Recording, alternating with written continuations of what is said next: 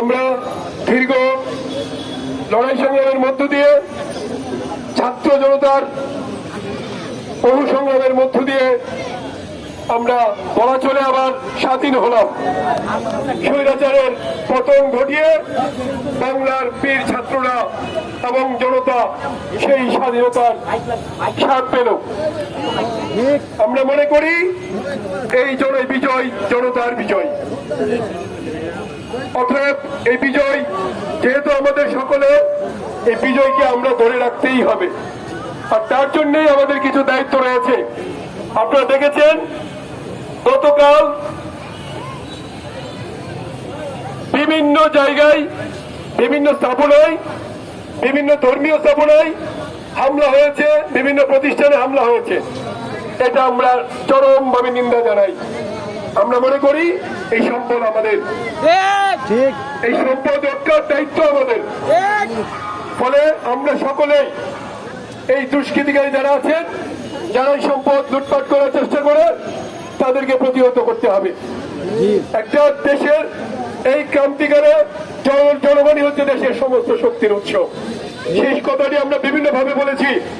জনগণ দেশের শক্তি, জনগণ সবচেয়ে বড় ক্ষমতার শক্তি, সেটা আবারও দেশের মানুষ প্রমাণ করলো। বন্দুকের নয়, জনগণের শক্তি। সেই শক্তি নিয়ে আমরা আমাদের বিজয় ছিনিয়ে নিয়েছি একটি বৃহৎ স্বৈরাচারের হাত থেকে।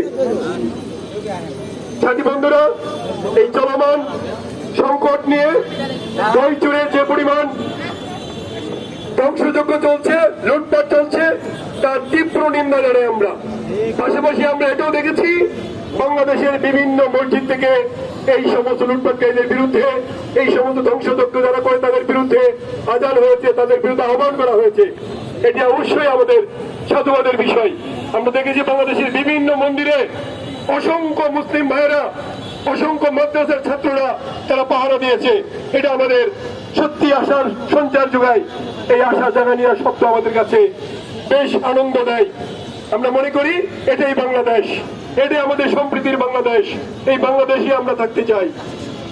আজকে এই আহ্বান নিয়েই আমরা এখানে সমবেত হয়েছি। আমরা আজকে যে কথাটি বলতে চাই, এই দেশ আমাদের, এই দেশের সম্পদ আমাদের, এই দেশকে রক্ষা করার দায়িত্ব আমাদের। ফলে আমরা এখানে একটি ছোট্ট সমাবেশ করে আমরা একটা মিছিল নারায়ণগঞ্জের বিভিন্ন সড়কে আমরা যাব। আপনারাও আমাদের সাথে থাকবেন, সেই মিছিলকে শক্তিশালী করবেন, জনগণকে শক্তিশালী করবেন, জনগণকে সাহস যোগাবেন। আমি আজকের এই সংক্ষিপ্ত সমাবেশে আহ্বান করছি নারায়ণগঞ্জ সাংস্কৃতিক জোটের সভাপতি জিয়াউল ইসলাম কাজল আজকে বক্তব্য রাখবেন। নারায়ণগঞ্জের সমস্ত ছাত্র আন্দোলন, সমস্ত নাগরিক আন্দোলন, সমস্ত অন্যায়ের বিরুদ্ধে যিনি প্রতিবাদ করে থাকেন। আপনারা জানেন আমাদের ত্বকীকে মেরে ফেলেছে শামীম ওসমানদের পরিবার।